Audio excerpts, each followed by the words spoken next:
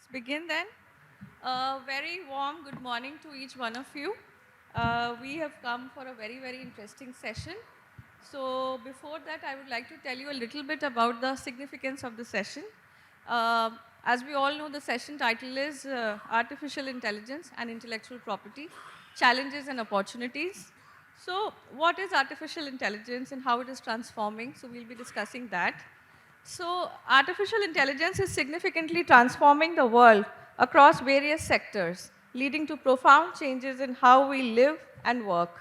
Some key areas of transformation include healthcare, business and industry, transportation, finance, education, entertainment, and customer service. It is because AI brings enhanced efficiency, enabling innovation and improved decision making across multiple domains. However, these advancements also raise ethical concerns and challenges that society must address to ensure a balanced future. Today's talk specifically focuses on how AI is impacting IP rights in the real world. This is a highly complex domain in contemporary global legal landscape, and it has caught the attention of so many national governments, their IP institutions, international bodies, and think tanks alike. To name a few, USPTO, US Copyright Office, European Commission, EU IPO, UK IPO, Canadian IPO, Australian IP authorities, etc. So to delve upon the nitty-gritties of this area, we have a very esteemed panel comprising of three legal experts. Their introduction has been given. So we have Chandar M. Lal sir, Amit Datta sir, and Mr. Adarsh Ramanujan. Welcome, sir. So we would like to begin the discussion. So my first question, and it's a common question to all the speakers, is if they can enlighten us about what is AI and what are the different kinds of AI. So IP and AI, it's an interesting combination because it starts with intellectual and ends with intelligence. And there's then on one side property and the other side is artificial. So if you do IPAAI, it's intellectual with property and artificial. So intellectual, I mean, AI is, what is AI? And it's become quite a word, and I think it needs to be bifurcated. And when we discuss AI, we think it's one terminology and it must be one kind of technology. It's not. It's also not very new, as we seem to think. It's become a very important word in today's dictionary, but it is not that new. We've been used to seeing, all of you I'm sure have been used to seeing AI on Google searches. You've had, chatbots, you've gone on chatbots. And that's how AI typically started. It started with us asking a question.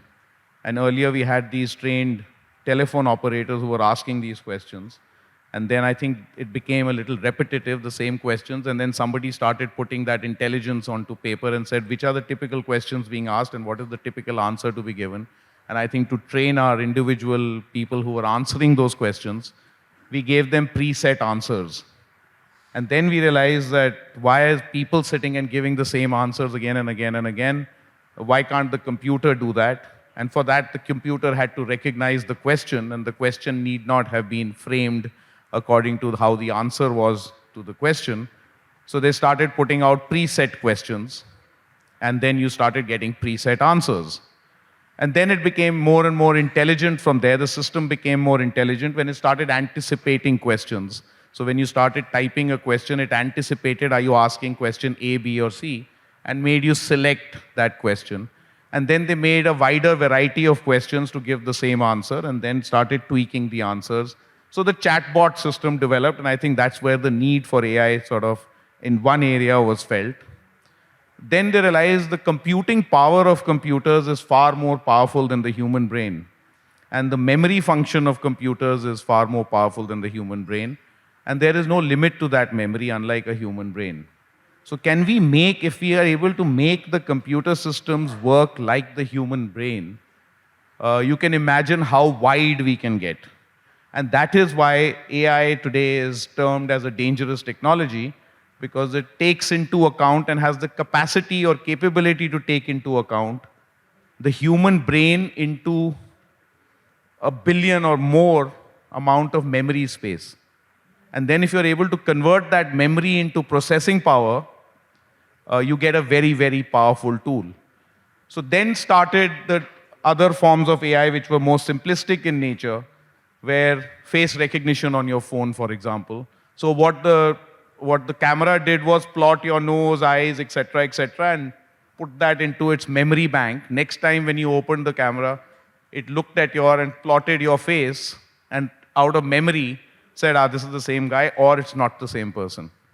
That became maybe a version 2 of artificial intelligence. But intelligence all the same, because it's now recognizing your face. To an end user, it's a great tool to say, well, now I can open my phone with my face. And now I can enter an airport with my eye, and these technologies did exist at that time. Then slowly the computing power started to increase more. And it became what we call as generative AI today, where the memory is now being used to generate words. And we realized that we want to speak to a computer. You had tools such as Alexa, etc., who now started recognizing voice. So it had memories of voice, it recognized your voice terms, converted that into digital, converted that to words, and then sort of spoke back at you. Again, a very basic form of AI. Then, of course, what took us by storm and really brought the whole AI system into much news was ChatGPT. It is still generative pre-trained transformer. That's what GPT really stands for. So it's only churning out what you've trained it to churn out. So like the very basic system where it churned out preset answers, now it is more sophisticated, where it tokenizes the words and then gives you answers that it generates from the questions that you put. And those same words that you put in are also put in the same token form to recognize those words, like plotting your face. It plots words and then puts a context to the words and says, if you've said ABC, then you may want to, precede it by a Y, E. Now you can see as we move forward, the computer now has a lot of information to pick from, so it goes, scrapes websites, and gets the context of what is usually done after you do this. When I do action A, B, what is the usual action C? So it memorizes that. Then it makes mistakes, because sometimes it's not always A plus B is not always equal to C. So then it says, oh, AB could also be equal to D, or E, or F. But now it started making a choice. The computer starts making that choice, but then generative AI means you start correcting that computer and say, sorry, you don't make that choice. That is a wrong choice, that is the correct choice. I'm just trying to simplify it. That's a wrong choice, that's a correct choice.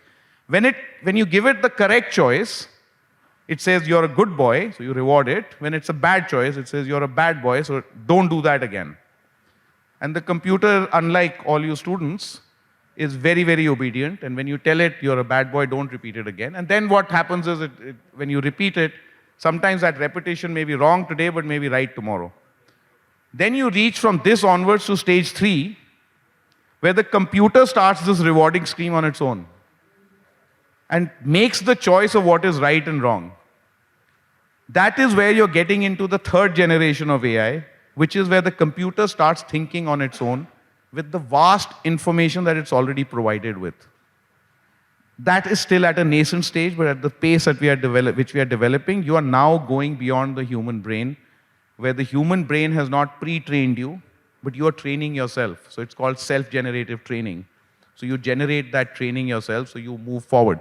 As we discuss further, that's broadly my view of how AI functions. I'm going to defer to others. I don't want to hog them. And we'll continue discussing this as we go into what is that information, basis that information. There's going to be a dispute between, obviously, the person who's developed that information to now this massive tool who's consuming this information. And we'll discuss that further as we go along, because we've had the questions. Thank you, sir. Artificial intelligence. What we understand today as artificial intelligence, as Dalal says, machine learning, which is the fundamental basic behind AI, that has been existing for a couple of decades now. And the other piece of technology, which is natural language processing, that has also been existing for a while now. But the fundamental paradigm shift occurs somewhere in the mid 2015, 2016, 2017. There's a very famous paper on this also. It is this generative AI, and you'll come across this terminology when you do basic internet searches, the transformer block, which is the T in the GPT, pre-trained transformer. That changed how AI systems that we know today operate, because they have now having the ability to mimic a human mind. So the large language models that you see are sometimes also called neural networks, and each individual part of it is called a neuron. This is actually being called a neuron, just like in the human brain. It is the ability of the transformer block to mimic a human brain. Take an input, contextualize that input with everything that it knows and it has learnt, and then generate an output. That generation could be in the form of a script for a movie, lyrics for a new song, a story, a book.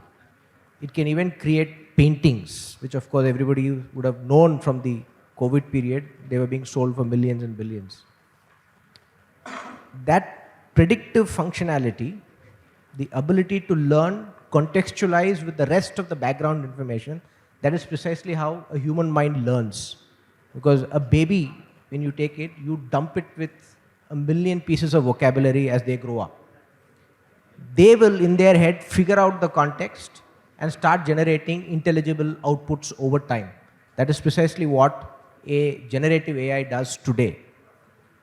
This changes the way you look at AI systems.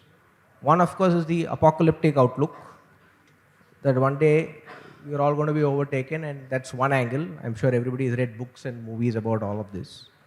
The other angle is to see to what extent they become tools that can assist us in doing what we want to do, and how we better ourselves with our output. Will it make research faster? Will it make rudimentary tasks? Will it eliminate rudimentary tasks for humans so that we can focus on a higher level output? So there are paradigms in which you can view the use of such technology. But that change has happened in that mid 2015, 2016, 2017 range. So the AI systems that you see before this 2017 and the AI systems that you see after 2017 are very, very different in their outlook. And that is what poses the risks and challenges that this panel will discuss. Amit. You know, sometimes when I think of this as a copyright lawyer, I suddenly get this rush of an imposter syndrome, because I tend to think that I've understood what AI is, but then I realize that I really don't, as a non-technical person, understand the mechanics of how LLMs work. Broadly, when I look at AI and I see this reference to learning much like human, mimicking human beings, etc., I think we are on that pathway. We are not there. What I understand about LLMs and AI is the ability, as Adarsh and Mr. Lal said, is to break down massive, massive databases of information, content, into small, unique tokens. Shove those numbers in the back end somewhere, and respond to your and my query or question in a very highly predictive, scholastic sense, in terms of being able to very efficiently predict what the answer should be and what combination of these tokens should be presented in the human intelligible format, understandable to you and me, long and short. Now, the fact remains that on the pathway that AI is today, it is an incredibly intelligent program or function that still needs to memorize like a good old software or machines, etc. did. And that aspect of memorization, without which it cannot be intelligent, is what is gripping intellectual property owners and intellectual property rights today. The question is, will artificial intelligence redefine intellectual property, or will it render intellectual property OTOs, not required? For people who practice on the IP side, that is a singularly terrifying thought, because we know that human creative output or emotion, etc., tether a lot of our cultural beliefs, our cultural ecosystem, and our cultural network. And when you're faced with the possibility that an artificial intelligence system progressing rapidly to what is known as true AI or AGI in the truest sense, it seems to me all the films from 1990 may be coming true. Terminator, Skynet, etc. Now those are worst case scenarios. But at the very base level, in terms of the subject matter today, I think that where the interplay of intellectual property and AI is concerned is probably for intellectual property the most important question asked in the last 50 years. Whether it is, can you own or should IP be invested in the output or so-called creative output from a LLM or AI model, to the question of what recourse and what position does copyright and owners of copyright and intellectual property rights and personality rights, etc., trademarks, brands, etc., what role do they have? Do they have a role or they don't have a role? And thirdly, in terms of the fact that what positioning should intellectual property have in the context of innovation. Now, I remember when I started my career, we had manual typewriters, and our stenographers shifted in a couple of years to electronic typewriters, and they shifted then to the desktop machine and then to the laptop machine. So certainly careers and professions were reinvented. There's a big difference where AI is concerned. If the predictions are true, I would wonder, as somebody who's been in the profession now for 27, 28 years, whether I would actually need any associates at all in the next 5 years. I hope so. But the potential of this tectonic shift or obliteration of the world as we know it has both a terrifying potential and an exhilarating potential as well, both in terms of the ability to innovate, etc. There was a study conducted recently with scientists, and I think they 70, close to 64, 65% reported a massive uptick in innovation where they use a neural engine as opposed to your generative AI on molecule research. And they reported close to a 34% increase in patentable innovation, but 80% of them reported deep despondency and existential questions and depression about what they were doing there. And so in that study is what the outcome of AI may well truly look like in the context of IP and in the context of human beings. Thank you for starting the session in such an elaborative way. This is how we wanted our session to be started. So coming straight away to the IP risks.